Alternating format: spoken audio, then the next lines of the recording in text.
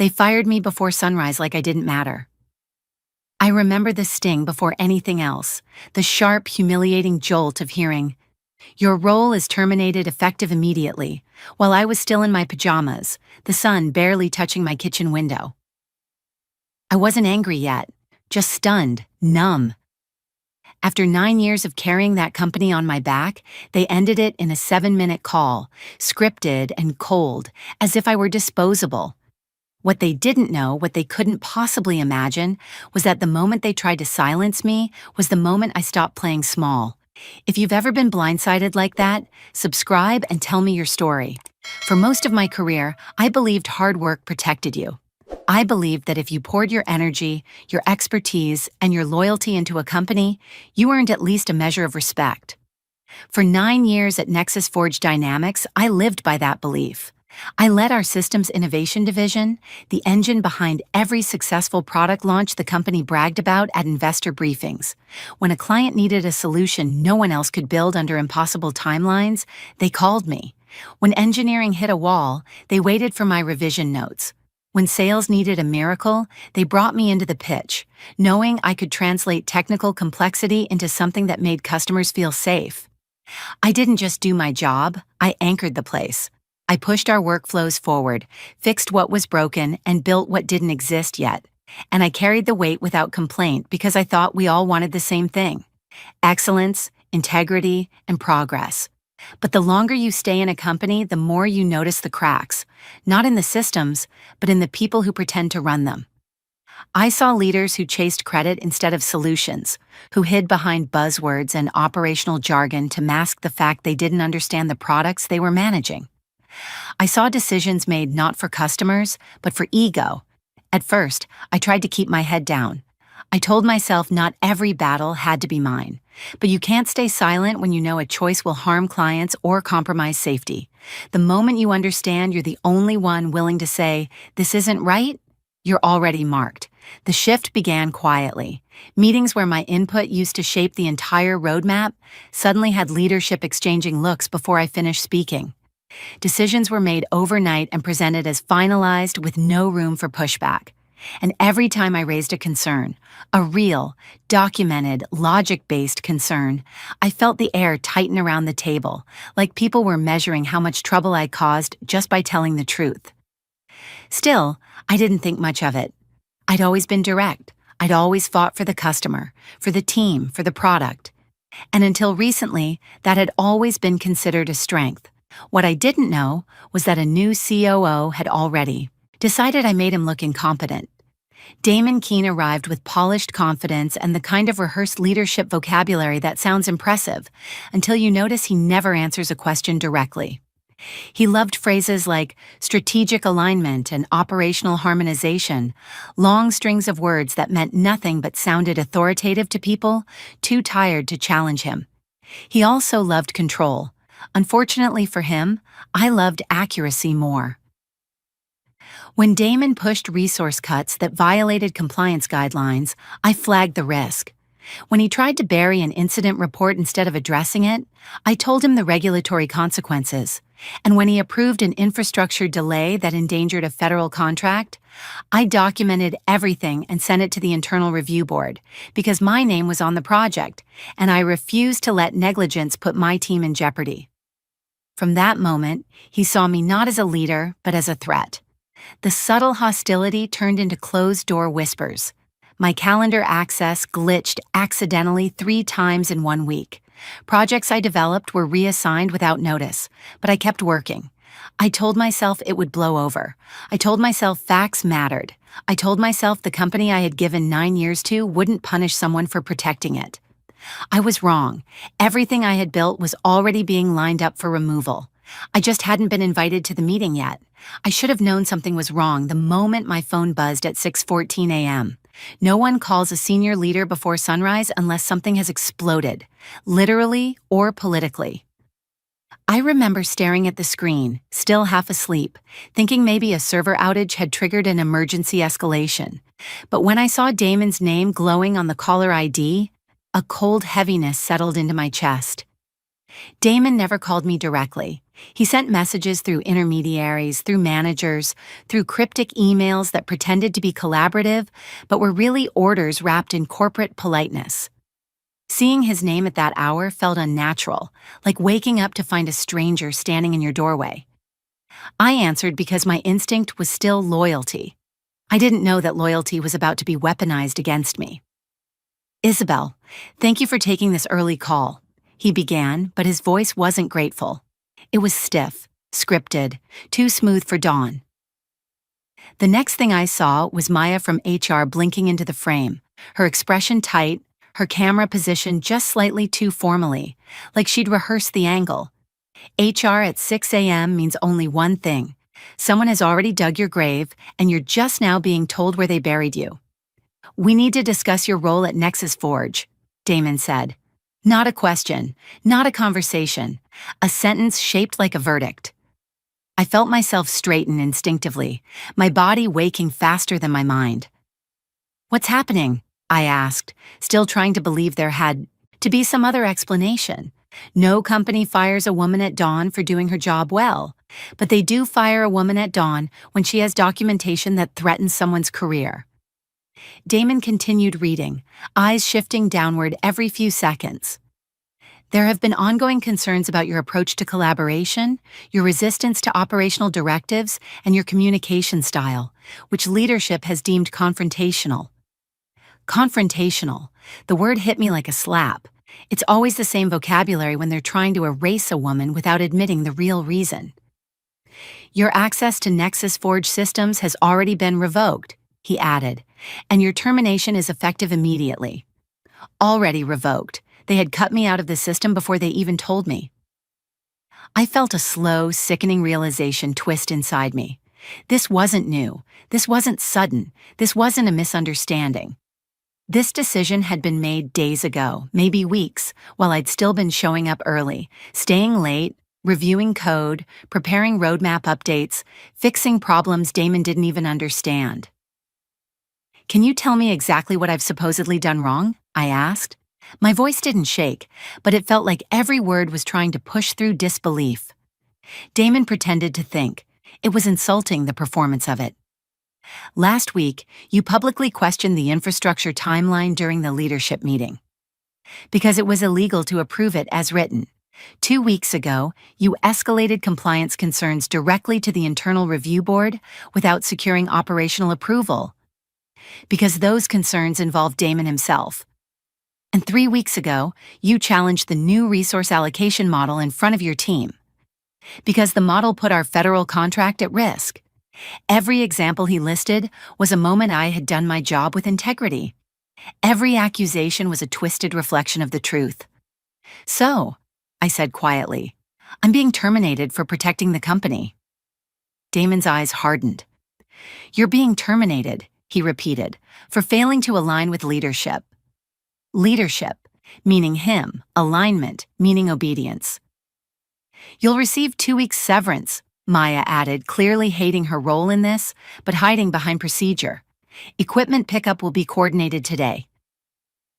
2 weeks for 9 years, 2 weeks for every night I worked until my vision blurred, 2 weeks for every client I had convinced to trust us. "The decision is final," Damon said, and his screen blinked to black. The call lasted 7 minutes. 7 minutes to erase nearly a decade. 7 minutes to label integrity as insubordination. 7 minutes to turn my loyalty into a liability. I sat there in my kitchen, staring at my reflection in the dark laptop screen, realizing something I had never wanted to admit. They didn't fire me for defiance. They fired me because I caught the wrong man, lying, and he needed me gone before anyone else noticed. For a long moment after the call disconnected, I didn't move. I didn't cry. I didn't even breathe in any real way. I just sat there with my hands resting on my laptop, feeling the ghost of the conversation hanging in the air like smoke after a fire. 1 minute earlier, I had been a leader preparing for another demanding day. Now I was a liability they eliminated before sunrise. Eventually my body reacted before my mind did. I stood up, walked to the sink, and dumped out the coffee I'd been holding when the call came in. My hands were steady, but the hollowness spreading through my chest felt unnatural, like someone had scooped out something vital and left the edges raw. I wasn't grieving the job. I was grieving the certainty I used to have. That competence protected you, that truth mattered, that leadership rewarded integrity. None of that survived the morning. I wanted to scream, I wanted to punch something. But instead, I found myself cleaning the kitchen counter, wiping the same spot 3 times without realizing it, because doing something, anything, felt easier than accepting how disposable they had just declared me to be. When my phone vibrated on the table, I thought it was HR again, preparing to send more cold instructions. But it wasn't. It was a stream of messages from my team. "Isabel, what happened? Your calendar access just disappeared." "Is it true? Did you leave? Damon said you transitioned out, but no one believes him." "We're panicking. Who's leading the contract review?" I stared at the messages, reading each one twice. They were confused, frightened, blindsided. They deserved answers, but I didn't have any to give, not yet. So I set the phone down again and walked away. I wasn't ready to speak. Instead, I opened my personal laptop almost on instinct. Email. I wasn't sure what I was looking for, just that I needed something stable to hold on to. That's when I saw it, the unopened message buried under weeks of unread newsletters and meeting summaries I'd forwarded to myself. Subject line, Titan Wave Systems, Executive Opportunity Revisit. I clicked it, and the memory came flooding back. 6 weeks earlier, Victor Lang, Titan Wave's CEO, had reached out with an offer to discuss a senior executive role, Executive Vice President of Systems Integrity. It was the kind of position people waited their entire careers for. I remembered turning it down because I'd wanted to stay loyal to Nexus Forge, because I believed my work there still mattered, because I hadn't known Damon yet. I reread Victor's message twice, then a third time, the words hitting differently now that the ground beneath me had shifted. "If circumstances ever change, Isabel, I would welcome a conversation. Your leadership is exactly the kind of integrity-driven thinking we value." Integrity-driven. The irony almost made me laugh. I closed my eyes, exhaling slowly. When I opened them again, something in me had shifted. Loyalty didn't matter to people who only valued silence. Integrity didn't matter to leaders who feared being exposed. But somewhere out there, it still mattered to someone. My phone buzzed again, another worried message from my team, but this time I didn't look away. I picked it up. Instead of replying to them, I opened a new message addressed to Victor Lang. My fingers hovered over the keys for just a second. Then I typed 12 words that would change my life faster than anything that had happened that morning. "Victor, if your offer still stands, I'm ready to talk today." And for the first time since 6:14 a.m., I felt the faintest spark of something that wasn't grief. It was possibility. Victor replied faster than I expected, 12 minutes after I sent the message. I was still pacing the living room, still replaying Damon's empty accusations in my head when my phone buzzed. "Isabel, I'm sorry to hear what happened. Can you come to Titan Wave HQ at 10? Let's talk in person. Bring nothing except your perspective." No hesitation, no corporate phrasing, no manipulation. Just clarity and respect. The two things I'd been starving for without realizing it. I agreed immediately. And just like that, the numbness I'd been drowning in cracked slightly, replaced by something I hadn't felt in hours. Direction. As I got ready, messages from my team kept coming, more frantic now. "Damon said your role was eliminated due to restructuring. Everyone is terrified. No one knows who owns the audit prep. We heard security was told to clear your office before noon." Every message was a reminder of how abruptly, how cruelly they had cut me out. But instead of breaking me, each one pushed me closer to accepting something I should have realized long before the sun was up. I wasn't the problem. I was the barrier. A barrier to Damon's shortcuts. A barrier to his cover-ups. A barrier to the culture he wanted. A culture where the truth was inconvenient and therefore unwelcome. The drive to Titan Wave felt unreal, like my mind was still catching up to a body moving on instinct. The city was fully awake now, people rushing to work, unaware that my entire life had flipped in under 4 hours. But somewhere between the stoplights, my shock cooled into something sharper. Resolve. When I arrived at TitanWave's headquarters, the contrast was immediate. Nexus Forge always felt sterile, like a place designed to impress investors but not welcome people. TitanWave felt intentional, focused, not flashy, just confident. Inside, Victor was waiting in a conference room with floor-to-ceiling windows overlooking the city. No entourage, no HR escort, no cold formality. "Isabel," he said, standing to shake my hand, "I'm glad you reached out. Sit. Tell me what they did." The way he said it, what they did, made something tighten in my throat. Didn't ask why I was fired. He assumed correctly that the issue wasn't competence. So I told him, not everything, not the emotion, just the facts. The compliance issue I escalated, the retaliation disguised as performance concerns, the pre-planned termination, the script, the severed access. Victor listened without interrupting, his expression calm but sharpened by something I recognized instantly: strategic clarity. When I finished, he leaned back. "I've been watching Nexus Forge for a while," he said. "I suspected internal issues, but I didn't realize they were retaliating against the only person trying to keep them out of regulatory danger." He paused. "I can offer you something they never will." My chest tightened, not with fear but anticipation. "Authority," he said simply. "Real authority. Transparency. A culture where integrity is a strength, not a threat." It wasn't a pitch, it was a promise. And as the clock neared 10:27 a.m., sitting in that bright room overlooking a city that had no idea how drastically my life had shifted since sunrise, I realized something profound. Maybe being fired wasn't the end. Maybe it was the first honest opportunity I'd had in years. Victor didn't waste time circling the offer. He slid a folder toward me. Not thick with paperwork like the binders HR used to bury people under, but a precise, streamlined contract. "I want you to lead systems integrity here," he said. "Full authority, no interference. Build what you know should exist." My hands hesitated over the folder, not because I doubted him, but because I was still shedding the weight of everything Damon had shoved onto my shoulders that morning.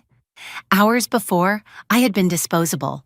Now, before noon, I was being handed a role crafted around the one thing others had punished me for: telling the truth. I opened the folder slowly, scanning the terms. The compensation was more than I had ever expected. Double what I earned at Nexus Forge, equity, leadership autonomy, and an organization structured to support rather than sabotage. But it wasn't the numbers that hit me. It was the trust embedded in the design. There were no hidden clauses, no vague performance language, no traps. Everything was transparent. And Victor watched me with the patience of someone who already knew I belonged there and was simply waiting for me to see it too. "Why move this fast?" I finally asked, not suspicious, just honest. "Because the right people don't need convincing," he said.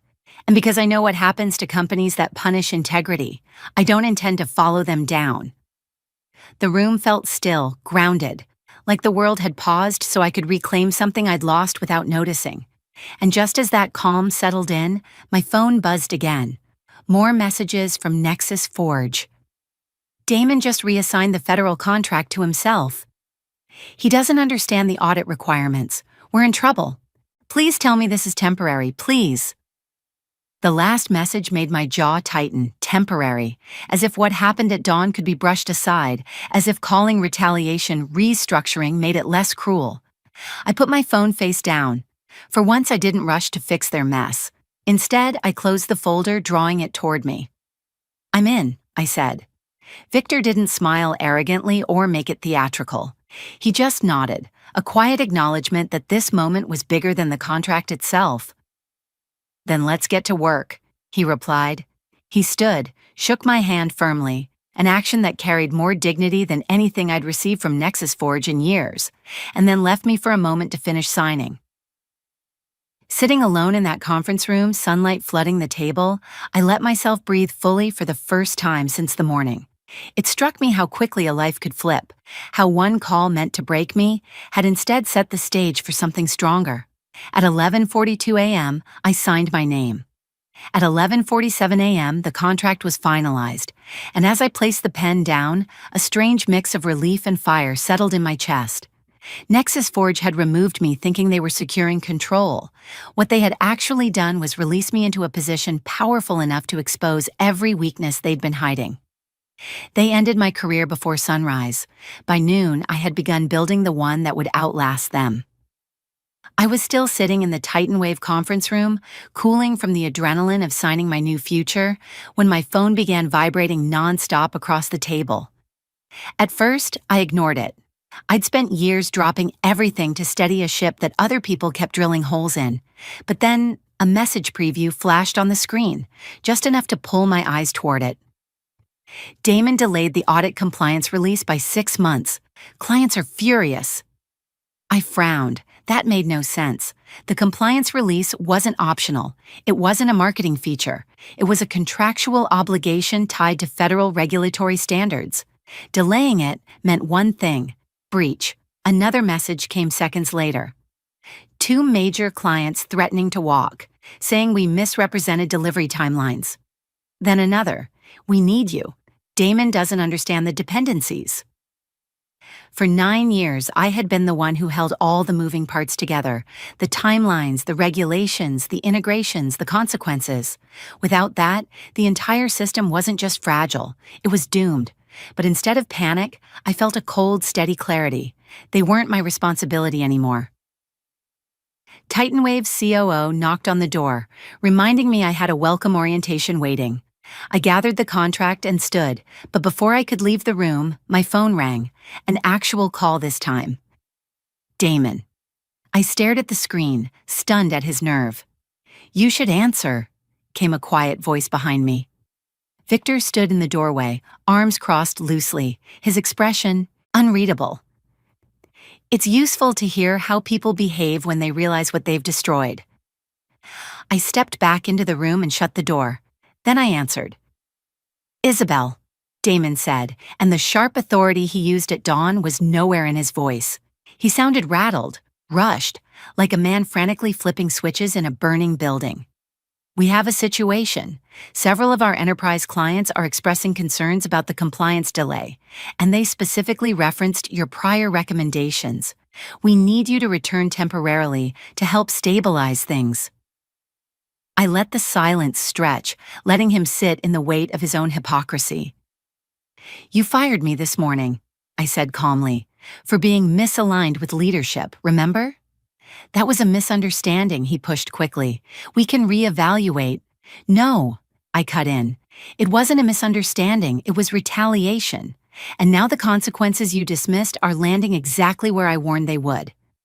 He inhaled sharply, and for a moment I imagined him in his glass office, pacing, sweating, terrified the board would connect his choices to the chaos now exploding across the company. "We're prepared to offer consulting pay," he said, voice tight, "premium rates." "I'm not available," I replied. "I started at Titan Wave today." The silence that followed was dense and heavy, like a storm cloud sinking through the phone. "You joined them?" "I signed at 11:47 a.m., I said. "Since you removed me at dawn, I had time." A faint, strangled noise slipped through the line. Anger or fear, I couldn't tell, and it didn't matter. What mattered was the truth finally catching up to him. "Isabel, be reasonable. The company needs you, your team needs you." "My team needed leadership that protected them," I said. "You made sure they lost that." "What would it take for you to return?" he asked, desperation leaking through every word. I looked at the contract on the table. I looked at the sunlight hitting the pen I had used to sign it. And then I gave him the only honest answer. A time machine. For a moment, neither of us spoke. Then I hung up, and for the first time all day, Damon had no script left to hide behind. The fallout accelerated immediately. Within 24 hours, Nexus Forge lost 3 enterprise clients, each citing compliance instability and leadership inconsistencies. By Monday, 3 of my former team members resigned. By Wednesday, 2 more. Internal documents leaked to the press. A headline surfaced. Nexus Forge faces federal scrutiny amid retaliation allegations and compliance failures. The board scrambled, shareholders panicked, analysts downgraded the company's projections, citing loss of internal safeguarding leadership. Leadership. That word, twisted against me just days earlier, now ricocheted back at them with brutal accuracy. And through it all, I didn't lift a finger. I didn't leak anything. I didn't intervene. I didn't save them. The truth did all the work. Every shortcut Damon took was now a sinkhole swallowing the company whole. Every warning he ignored became a headline. Every retaliation he justified became evidence. They removed me thinking they were eliminating resistance. Instead, they eliminated the only barrier between themselves and disaster. And once the damage began, there was no stopping the collapse they had designed with their own hands. In the weeks that followed, I watched the unraveling from a distance, not with bitterness, but with the kind of clarity that only arrives after you walk through fire and come out clean on the other side. TitanWave moved quickly. Victor integrated me into every major conversation, trusting my judgment without hovering or second-guessing. I rebuilt systems the right way, transparent, disciplined, compliant, and clients noticed. Some of the very accounts Nexus Forge lost reached out to TitanWave on their own, asking if I would be their point of contact. I didn't solicit a single one. My reputation did that for me. Meanwhile, Nexus Forge continued its freefall. The federal contract Damon had tried to hide under operational adjustments was frozen pending investigation. Their stocks sank. Internal messages I never asked for kept coming from former colleagues. Mass resignations, emergency board meetings, chaos. Then came the final blow. Damon was removed quietly, stripped of his title, reassigned to a meaningless advisory role before being pushed out completely. The company tried to spin it as a strategic leadership shift, but everyone in the industry knew the truth. Retaliation carries a cost, and this time it was public. Months later, during a live industry summit, a regulatory official referenced Nexus Forge's failure, without naming me but making it clear that silencing internal safeguards was what destroyed them. I sat in the audience, anonymous among executives, listening to the lesson my firing had taught an entire sector. It didn't feel like revenge. It felt like balance finally restored. At TitanWave, I earned the trust Nexus Forge never offered. I built a team that could speak freely, challenge decisions, and lead without fear. I kept one thing from my old life, the early morning termination email, the one claiming I was misaligned with leadership. I printed it, framed it, and placed it beside my new title plaque. Not as a reminder of humiliation, but as proof that integrity isn't an attitude problem. It's the foundation of everything I built after they tried to break me. There's something I learned through all of this that I wish someone had told me earlier in my career. Doing the right thing won't always protect you, especially in places where truth threatens people who built their authority on fear, shortcuts, and appearance. I used to believe that integrity guaranteed stability, that if I worked hard and protected the company would protect me too. But life doesn't always mirror our effort. Sometimes people in power don't want someone who sees clearly. They want someone who stays quiet. Getting fired didn't break me. What almost broke me was believing for a moment that their opinion defined my worth. The truth is, your value isn't measured by people who are threatened by you. It's measured by the people who rise when you rise, who trust you because you've earned it, and who see strength instead of inconvenience when you speak up. And yes, I've learned that forgiveness can be a form of self-liberation, but not every situation deserves reconciliation. Sometimes the most powerful form of revenge is choosing silence, the kind that forces others to face the consequences of their choices without your help or your protection. In today's world, whether you're dealing with corporate politics, relationships, or everyday pressure to stay quiet for the sake of harmony, the lesson holds true. Don't shrink to make others comfortable. Document your work, stand by your principles, and if someone punishes you for integrity, leave them to the fallout they created. You don't need to destroy anyone. People who cut corners eventually expose themselves. How to get started today. Write down one boundary you've been afraid to enforce and practice it with one person. Document your contributions no matter how small. If something feels wrong, don't ignore it. Trust that instinct. Reach out to someone who values your voice. You need those people. If this story hit something in you, I'd love to hear your experience. Comment, share, and subscribe so we can grow this community together.